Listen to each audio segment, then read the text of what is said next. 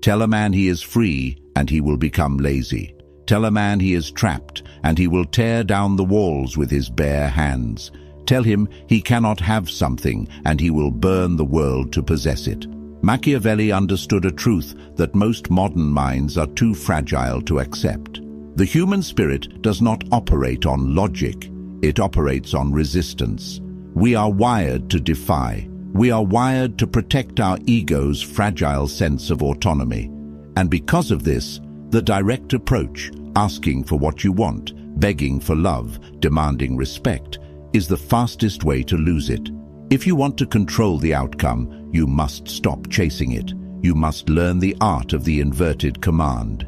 You have spent your life being told that honesty is the best policy, that if you want something you should speak up, and where has that gotten you? Ignored, overlooked, taken for granted. The people who actually run the world, the seducers, the negotiators, the strategists, they do not ask. They engineer a reality where you give them exactly what they want, believing it was your idea all along. This is not a game. This is the architecture of human will. And once you see the strings, you can never go back to being a puppet.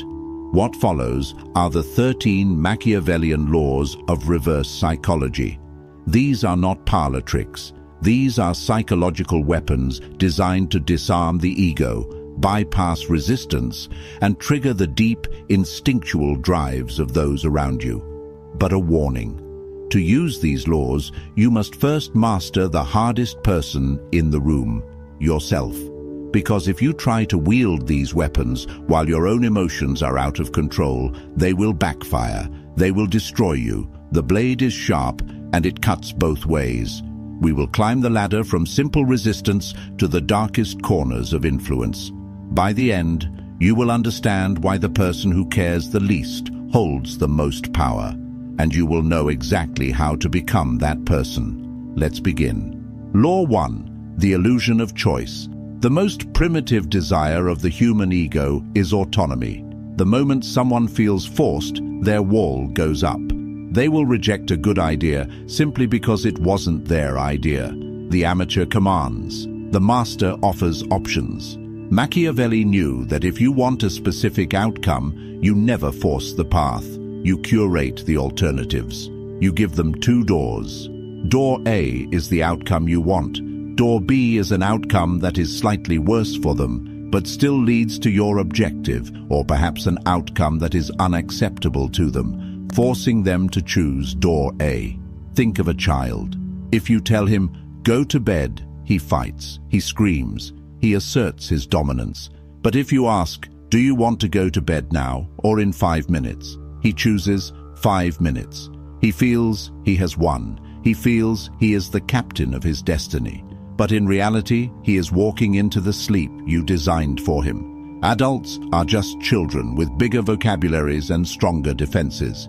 In negotiation, never say, "This is the deal." Say, "We can sign this today and lock in the price. Or we can wait until next quarter when the rates rise. It is entirely up to you." You have removed the pressure. You have handed them the crown of decision-making. Their pride is soothed. They will choose the path of least resistance, which is the path you paved. You are not the dictator. You are merely the architect of the landscape. They walk where they choose, but you built the roads. Law 2. The forbidden fruit. There is no magnet more powerful than a do not enter sign. In psychology, this is called reactance theory. When our freedom is threatened, we experience a visceral state of arousal to regain it. We want what is scarce. We want what is denied. We want what is behind the velvet rope. If you want someone to obsess over an idea, do not sell it to them. Forbid it. Frame it as something too advanced, too risky, or exclusive. If you want someone to pursue you, do not offer yourself on a platter. That is cheap. That is common, and common things are treated with indifference. Instead, create a barrier. "I don't think we would work out. We are too alike. You probably shouldn't watch this video. It's too disturbing for most people." Watch what happens in your own mind. You leaned in, didn't you? The moment you tell someone you can't, Their ego screams, "Watch me." They will work harder to qualify themselves to you than they ever would have if you had asked for their attention. By disqualifying them, you force them to chase your validation. You flip the script. You are no longer the seller, you are the prize. Law 3. The strategic surrender. Most people argue to win. The strategist argues to lose, temporarily. When you are met with a stubborn, aggressive opponent, pushing back only solidifies their stance. It's physics. For every action, there is an equal and opposite reaction. If you push, they push. So stop pushing. Pull. Machiavelli advised that sometimes, to conquer an enemy, you must first agree with him. When someone attacks you or your idea, do not defend. Agree. Amplify their point. Take it to its absolute logical extreme until it becomes absurd, or simply accept their premise with total calm. You're right. My plan is risky. We probably shouldn't do it. It might be better to stay exactly where we are and change nothing. Watch their eyes. They are braced for impact, ready for a fight. When you surrender, they lose their balance. They fall forward. Suddenly, they are the ones arguing against their own caution. Well, I didn't mean we should do nothing. By removing the resistance, you force them to fill the void. Often they will start arguing your side just to restore equilibrium. To master reverse psychology is to understand that you do not need to be the one driving the car. Sometimes you take your hands off the wheel, knowing the alignment will pull it exactly where you want to go. Law 4. The void of silence. We live in a world of noise. Everyone is broadcasting, explaining, justifying. Silence has become the most expensive commodity on earth. And because it is rare, it is terrifying. When you explain yourself, you deplete your power. You give others data to analyze, to critique, to dismantle. The Machiavellian knows that the less you say, the more intimidating you appear. Use silence as a vacuum. When you ask a question and get a half-truth in response, do not speak. Do not fill the awkwardness. Look them in the eyes and wait. The human mind abhors a vacuum. It panics in silence. It assumes the silence means you know something they don't. It assumes you are judging, calculating. To relieve that tension, they will talk. They will reveal the truth. They will bid against themselves. They will offer concessions they never intended to make, just to break the spell of your quiet. Silence is not empty. It is heavy. Learn to let it hang in the room until it crushes the will of the opposition. Law 5. The mirror of narcissism. Everyone is the protagonist of their own movie. They are not looking at you. They are looking for a reflection of themselves in you. If you want to influence someone, do not try to convince them with your logic. It won't work. Your logic is alien to them. Instead, mirror their values, mirror their words, mirror their posture. But here is the dark twist. Mirror their ideal self.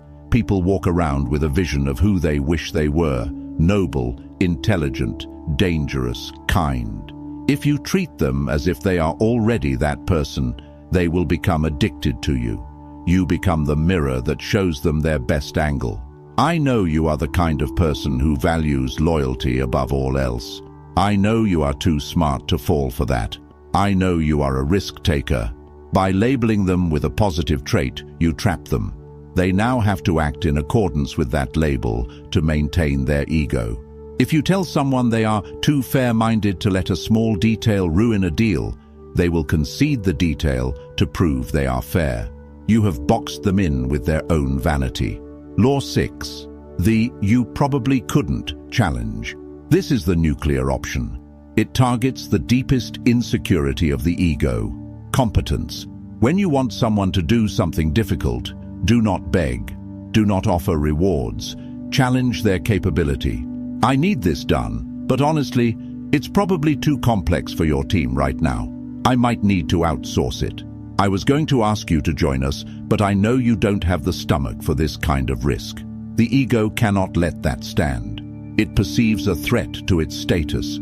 It needs to prove you wrong. They will take on the burden, the risk, and the work, just to restore their sense of superiority. But be careful. This requires a delicate touch.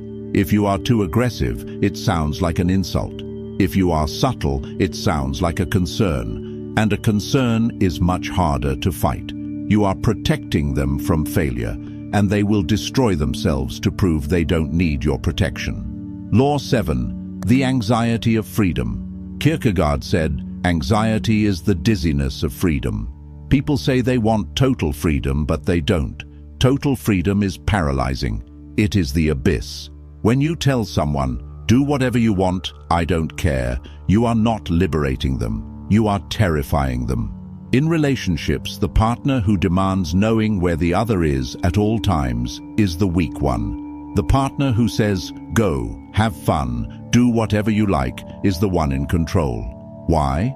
Because by granting total permission, you remove the thrill of rebellion. If nothing is forbidden, nothing is exciting. Furthermore, your lack of possessiveness signals that you are not afraid to lose them. And that is terrifying. It signals that you have options, that you are secure, that you are the prize. Suddenly, they are not thinking about the freedom you gave them. They are thinking about why you gave it so easily. They will stay close, not because you forced them, but because they are afraid of drifting too far from your indifference. Law 8. The false weakness. Machiavelli wrote that it is sometimes useful to feign foolishness, to appear slower, duller, or more naive than you actually are. When you appear sharp, aggressive, and perfect, people put their guards up. They compete with you. They try to tear you down. But when you appear slightly flawed, slightly confused, or in need of help, they relax. They lower their shields. Their ego swells. They want to help you, to correct you, to teach you. I'm not sure I understand how this works. Could you explain your strategy again? In their eagerness to show off their intelligence, they will reveal their hand. They will give you the information you need. They will underestimate you. And there is no greater advantage in war than being underestimated. Let them think they are the cat playing with the mouse. By the time they realize you are the lion, their throat is already exposed. Law 9. Constructive pessimism. We live in a culture of toxic positivity. You can do it. Believe in yourself. It's noise. It's cheap. Sometimes, the best way to motivate someone is to agree with their doubt. When someone says, "I don't think I can do this," do not say, "Yes, you can." Say, "You're right. It's going to be incredibly hard. Most people would quit. It might not be worth the pain." This does two things. First, it validates their feelings, creating instant rapport. You are the only one not gaslighting them with false hope. Second, it triggers the fighter instinct. By painting the reality as dark and difficult, you make the success meaningful. If you say it's easy, failure is shameful. If you say it's nearly impossible, failure is expected. But success becomes heroic. People do not want easy wins. They want to slay dragons. Stop handing them safety scissors and telling them they are warriors. Point at the mountain, tell them they probably won't make it, and watch them start climbing. Law 10. The implanted idea. The most powerful idea is the one the subject thinks is their own. If you tell someone what to do, it is a command. If you lead them to the conclusion and let them say it, it is a revelation. This requires patience. You drop crumbs. You ask leading questions. You highlight a problem, but offer no solution. You let the silence sit. You wait for their brain to connect the dots you drew. It's strange how our competitors are cutting costs. I wonder what they see that we don't. You leave it there. A day later, your boss comes to you and says, "I've been thinking, we need to restructure our budget to remain competitive." You smile. You agree. You praise their foresight. You do not claim credit. You do not say, "I told you so." The credit is the price you pay for the control. Let them wear the crown, as long as you are the one whispering the decrees. Law 11. The contrast principle. The human brain cannot evaluate things in isolation. We only know if something is expensive, heavy, or reasonable by comparing it to something else. If you want a specific request granted, precede it with a much larger, more unreasonable request. "I need you to stay late every night this week to finish the project." No way, I can't do that. Okay, I understand. Can you at least give me 2 hours tonight so we don't fall too far behind?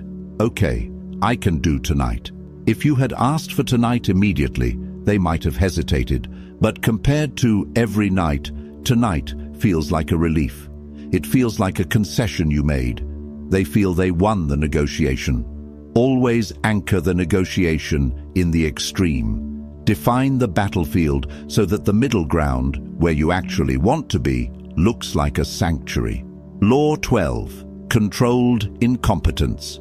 This is a specific subset of false weakness, used often in relationships and hierarchies. If you do something too well, you will be punished with more of it. If you fix the printer once, you are the IT guy forever. If you are the responsible one in the relationship, you will carry the mental load until you break. Sometimes the most Machiavellian move is to fail deliberately, to be clumsy, to forget, to do the task so poorly that you are never asked to do it again. This is weaponized incompetence. It forces others to step up. It protects your time. It filters out the tasks that do not serve your ultimate purpose. Do not be the hero who catches every falling plate. Let a few smash. The sound of breaking glass is often the only thing that wakes people up to your value. Law 13. The withdrawal. The final law. The most potent. We value what we might lose. You can be charming, skilled, beautiful, and intelligent. But if you are always available, you are worth nothing. The economic law of supply and demand applies to the human soul. If you feel you are being taken for granted, do not complain, do not argue, disappear, pull back your energy, take longer to reply, be less enthusiastic, cancel a plan, create a void where your validation used to be. This sudden withdrawal triggers a primal panic in the other person. Have I lost them? What changed? They will chase. They will overcompensate. They will suddenly realize how much space you occupied in their life now that there is a hole in it. But this must be done without anger. If you withdraw with anger, it is a tantrum. If you withdraw with indifference, it is power. It signals that you are perfectly fine without them. And that is the only signal that commands true respect. Now, pause, take a breath. You are listening to this and you are thinking about how to use these laws on your boss, your partner, your enemies. You are imagining the strings you will pull, but you are missing the point. Why do you feel the need to control them? Because you feel out of control. The need for manipulation comes from fear. Fear of abandonment, fear of insignificance, fear of the chaotic, unpredictable nature of other human beings. You want to use reverse psychology as a shield, a way to guarantee outcomes in a world that offers no guarantees. But here is the catch, the paradox. You can only wield these laws effectively if you do not need them. Think about it. The person who is truly detached, who is truly secure, who truly doesn't care if they get the deal or the girl, they naturally apply all these laws without trying. They are scarce because they have a life. They are mysterious because they don't need to overshare for validation. They let others choose because they aren't afraid of the choice. The technique is just an imitation of the mindset. If you use these laws as a desperate trick to get someone to love you or respect you, they will smell the stench of your neediness. You cannot fake detachment for long. The mask will slip. So, the ultimate reverse psychology is on yourself. You must convince yourself that you do not need the outcome. You must build a life so rich, a mind so fortified, a purpose so clear that the rejection of others is simply data, not a wound. When you stop needing the world to applaud you, the world starts chasing you. So, here is your task. Do not try to use all 13 laws tomorrow. You will look like a psychopath. Pick one. Pick the one that scares you the most. Maybe it's silence. Maybe it's withdrawal. Maybe it's agreeing with an insult. Try it. Just once. Watch the reaction. Watch how the dynamic shifts. Watch how the energy in the room moves from them to you. And in that moment, you will realize that you have been playing the game with your hands tied behind your back. You have been playing by rules that no longer exist. You are not late to this knowledge. You are just in time. The world is a chessboard. Most people are pawns, moving blindly, reacting to the square in front of them. It is time you started playing like the hand that moves the pieces. If you are ready to stop being a spectator in your own life, if you are ready to learn the language of power that is spoken in the shadows, subscribe to the channel. We do not teach you how to fit in. We teach you how to transcend. I'll see you in the next video. Don't let them see you coming.